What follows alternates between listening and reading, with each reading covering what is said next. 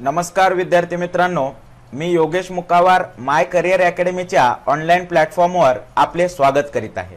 विद्यार्थी मित्रांनो, आपण मॅथची एक सिरीज चालू केलेली आहे। त्यामध्ये विद्यार्थी मित्रांनो आपण बेसिक मॅथ हा चॅप्टर शिकणार आहोत आणि विद्यार्थी मित्रांनो आज आपण बेसिक मॅथ मध्ये नॅचरल नंबर म्हणजेच नैसर्गिक संख्या हे आपण या ठिकाणी आता पाहणार आहोत। तर पहा विद्यार्थी मित्रांनो, नैसर्गिक संख्या म्हणजे काय आपण यावर आज डिस्कस करणार आहोत। या लेक्चर मध्ये आपण नैसर्गिक संख्या म्हणजे काय आणि त्याचे तर्क वितर्क ते पण एक स्टोरीच्या माध्यमातून शिकणार आहोत। पहा विद्यार्थी मित्रांनो, तुमच्या समोर स्लाइडवर तुम्हाला दिसत असेल नैसर्गिक संख्या आणि नैसर्गिक संख्येला आपण इंग्रजीमध्ये नॅचरल नंबर असे म्हणतो। काय म्हणतो विद्यार्थी मित्रांनो? Natural number. आता नॅचरल नंबर विद्यार्थी मित्रांनो, नैसर्गिक संख्या किंवा नॅचरल नंबर काय आहे त्याची डेफिनेशन पहा आपल्याला सांगितलेली आहे। स्क्रीनवर तुम्हाला दिसत असेल विद्यार्थी मित्रांनो, पहा एक पासून सुरू होणाऱ्या संख्यांना आपण काय म्हणतो? नैसर्गिक संख्या म्हणतो। म्हणजे याचा अर्थ संख्येची सुरुवात कुठून व्हायला पाहिजे? एक पासून जर सुरुवात होत असेल तर त्याला आपण काय म्हणतो? नैसर्गिक संख्या किंवा नॅचरल नंबर असे म्हणतो। उदाहरणामध्ये 1, 2, 3 आणि समोर संख्या आपल्या काय राहणार आहेत? कंटिन्यू राहणार आहेत। म्हणजे याचा अर्थ काय विद्यार्थी मित्रांनो? एक पासून सुरू होणाऱ्या संख्येला आपण काय म्हणतो? नैसर्गिक संख्या असे म्हणतो। तुम्हाला फक्त एवढं लक्षात ठेवायचं आहे की एक पासून सुरू होणाऱ्या संख्येला नैसर्गिक संख्या असे म्हणतात। मग उदाहरणामध्ये 1, 2, 3, 4 आणि समोर संख्या कंटिन्यू राहणार आहेत। पहा विद्यार्थी मित्रांनो, तुमच्या समोर एक स्लाइड आली असेल आणि त्यामध्ये दोन मुली चर्चा करताना दिसत असतील। पहिल्या मुलीचं नाव विद्यार्थी मित्रांनो आपल्याकडे आहे मीरा। तुम्ही पाहू शकता या ठिकाणी मीरा। आणि दुसऱ्या मुलीचं नाव विद्यार्थी मित्रांनो आपल्याकडे आहे राधा। आता राधा आणि मीरा हे दोन जे मैत्रिणी आहेत, फ्रेंड आहेत, हे काय करत आहेत? नैसर्गिक संख्या किंवा नॅचरल नंबर बद्दल चर्चा करत आहेत।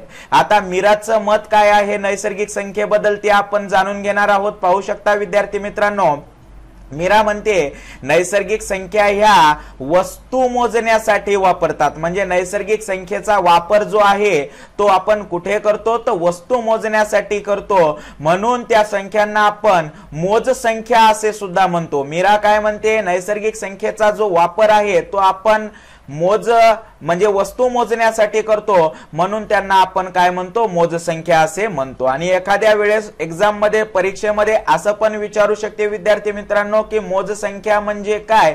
तर तुम्हाला लक्षात ठेवता आलं पाहिजे, म्हणजे नैसर्गिक संख्या म्हणजेच मोज संख्या असतात हे तुम्हाला लक्षात ठेवता आलं पाहिजे विद्यार्थी मित्रांनो। आता पहा राधा काय म्हणते? नैसर्गिक संख्या ही कॅपिटल N या अक्षराने दाखवली जाते। म्हणजे नैसर्गिक संख्येचं जे चिन्ह आहे, नैसर्गिक संख्येचं जे सिंबॉल आहे ते काय आहे? कॅपिटल N आहे। अशी या स्लाइडवर राधा आणि मीराची चर्चा होती। पहा नंतरची स्लाइड विद्यार्थी मित्रांनो। आता या स्लाइड मध्ये तुम्हाला परत राधा आणि मीरा चर्चा करताना दिसत असतील। पहा मीरा काय म्हणते? नैसर्गिक संख्येची बेरीज सुद्धा नैसर्गिक संख्याच येते। म्हणजे विद्यार्थी मित्रांनो, जर तुम्ही नैसर्गिक संख्येची जर बेरीज केलात तर त्याचं उत्तर येणारं जे आन्सर आहे ते आपल्याला काय मिळते? नैसर्गिक संख्याच मिळते। उदाहरणामध्ये 20 आणि 22 ह्या दोन काय आहेत? नैसर्गिक संख्या आहेत। यांची आपण काय करत आहोत? बेरीज करत आहोत।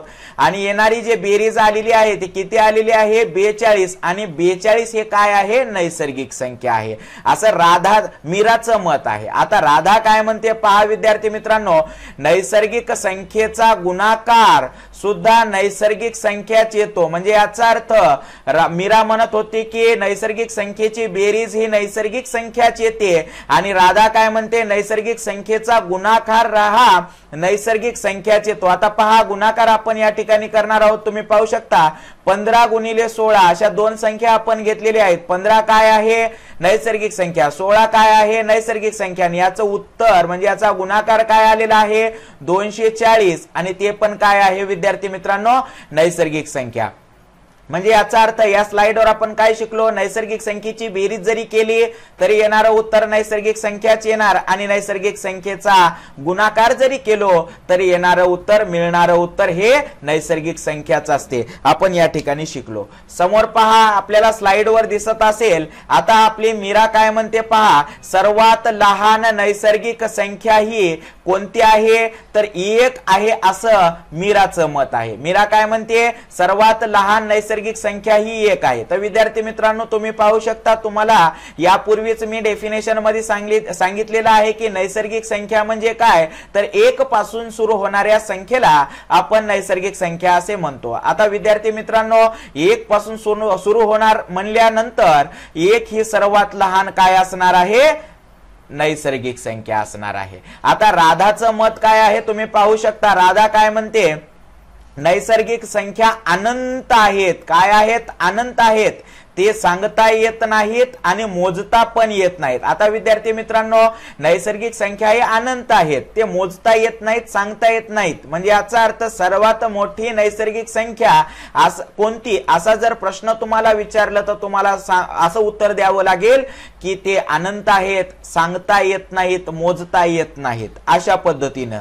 आता पहा विद्यार्थी मित्रांनो, राधा आणि मीराची चर्चा आपण जे कंटिन्यू ठेवत आहोत. मीरा काय म्हणते तुम्ही पाहू शकता, नैसर्गिक संख्या हे काय आहेत, धन असतात म्हणे. नैसर्गिक संख्या हे काय असतात, धन असतात, ऋण नसतात. काय नसतात, ऋण नसतात. आता तुम्हाला या ठिकाणी मी समजून सांगण्याचा प्रयत्न करतो. तुम्ही पाहू शकता, नैसर्गिक संख्या हे धनच का असतात, ऋण का नसतात. तर विद्यार्थी मित्रांनो, तुम्ही पाहू शकता, नैसर्गिक संख्येची सुरुवात जी आहे ते 1 पासून होते. 1 2 3 4 5 आणि समोर आता संख्या कंटिन्यू राहणार आहे. तर विद्यार्थी मित्रांनो पहा, या ठिकाणी 1 आहे. 1 च्या अगोदर 0 असतो आणि 0च्या अगोदर मग आपल्या सर्व निगेटिव्ह नंबर्स असतात, म्हणजेच ऋण नंबर असतात. पण विद्यार्थी मित्रांनो, आपल्या नैसर्गिक संख्येची सुरुवातच कुठून होत आहे, 1 पासून, म्हणजेच धन 1 पासून होत आहे, पॉझिटिव्ह 1 पासून होत आहे. म्हणून नैसर्गिक संख्या हे काय असतात, धन असतात आणि ऋण नसतात.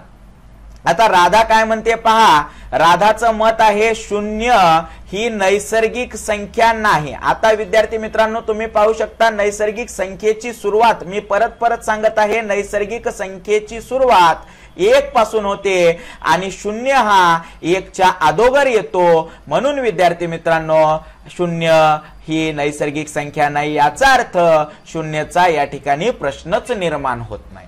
तर विद्यार्थी मित्रांनो, तुम्ही पाहू शकता, नैसर्गिक संख्या काय व नैसर्गिक संख्येबद्दल जे तर्क वितर्क आहेत हे आपण या व्हिडिओच्या माध्यमातून पाहिलेले आहेत. विद्यार्थी मित्रांनो, आपलं युट्यूबला एक चॅनल आहे, त्याचं नाव आहे माय करिअर अकॅडमी. तुम्ही पाहू शकता, या ठिकाणी तुम्हाला लोगो दिसत आहे, माय करिअर अकॅडमी. आणि विद्यार्थी मित्रांनो, व्हिडिओ जर आवडला असेल तर व्हिडिओला लाईक करा, शेअर करा आणि विद्यार्थी मित्रांनो, आपल्या युट्यूबच्या चॅनलला सबस्क्राइब करा. बाजूला दिलेल्या बेल आयकॉनच्या बटनला प्रेस करा, जेणेकरून माझे प्रत्येक अपडेट आपल्यापर्यंत पोहोचतील. धन्यवाद.